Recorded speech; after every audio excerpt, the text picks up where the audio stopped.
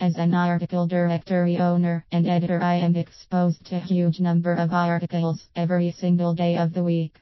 I sometimes receive complaints from authors who are angered by the fact that their article has not been published, which leads me to believe that there are still a lot of people out there who do not understand article marketing, nor the role that directories play. For those who are not finding success with articles, or for those considering starting out, here are a few ground rules that will save you a lot of work in the long run, and will likely get your article marketing career off to a much more auspicious start. Read the article directory's specific terms of service and guidelines. This may seem like a boring, tedious and long-winded waste of your valuable time, but in the long term, it will save you hours of frustration and wasted effort. All directories set their own rules, and some are stricter than others. Most directories labor under a huge number of submissions, and the work of sifting through them is often the job of one individual. This means that if your opening paragraph or introductory statement is poorly written or contains mistakes, that is as far as the editor will go before hitting the delete key. The luxury of time to edit an author's mistakes or to decline an article as opposed to deleting it is one that most editors do not have. Mass submissions are usually viewed as spam.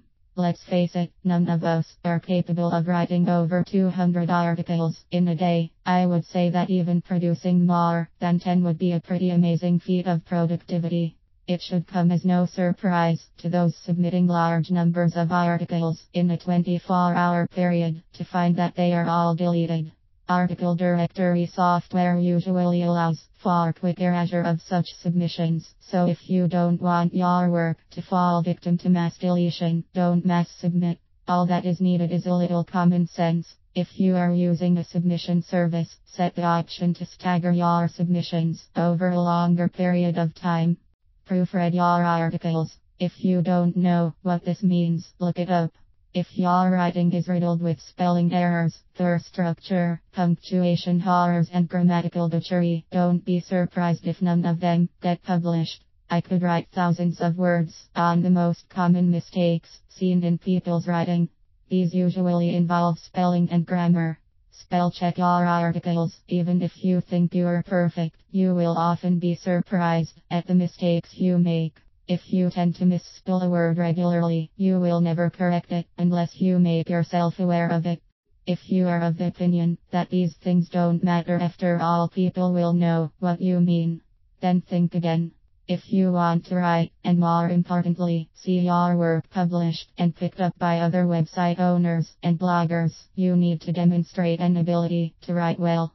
As an example, all the SEO experts who talk about search engine optimization sick but don't even understand that being able to spell their claimed occupation correctly would lend a little more credibility to their claims. Just for the record, most words ending in I's use a Z and not an S. This is a very common mistake, but it would be corrected by the use of a spell checker, as would so many others.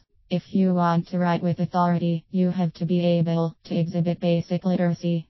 Yes, this is important, and should be borne in mind by those who eulogize about the Queen's English, thus making themselves look even more foolish than those they chastise. A good example of a word that does actually end in I's, regardless of who is on the throne, it is always the King's English. None of us are perfect, and this is not a lecture on grammar and spelling, no matter how needed it might be. If you are tempted to use PLR articles, even if you rewrite them in an attempt to make them unique, remember that you will be competing with all the other shortcut seekers who are doing the same thing. It's another shortcut to the delete key for a lot of directories. When it comes to the resource box, it is quite amazing how many authors defeat their entire purpose by making a mess of this vital section. If the article directory in question allows 1, 2 or 3 live hyperlinks, make good use of them. Think about your anchor text very carefully. In other words, don't say ... To find out more, click here and hyperlink the words click here. The resource box is where you need to give readers a compelling reason to visit your site, but it is also the one place you can make the most of good keywords as the anchor text in your links. Use the resource box wisely and take full advantage of everything the directory is offering you by way of promotional tools. Adding your URL without making it a live link is a pointless waste of time if the directory allows you to use hyperlinks in your resource box. Conversely, adding more than the quota of permitted links will probably result in deletion of your work. Another thing to watch is linking directly to affiliate programs. Read the directory's policies on this point, or again, you may well find yourself on the cutting room floor. Many directories will stipulate that you may only link to affiliate programs indirectly by referring readers to your own site or domain. Some do not allow straight redirect links either. Relevancy is also an issue here too. In other words, submitting a PLR piece about gardening and linking to your MLM program is not very helpful or wise, just one more recipe for deletion.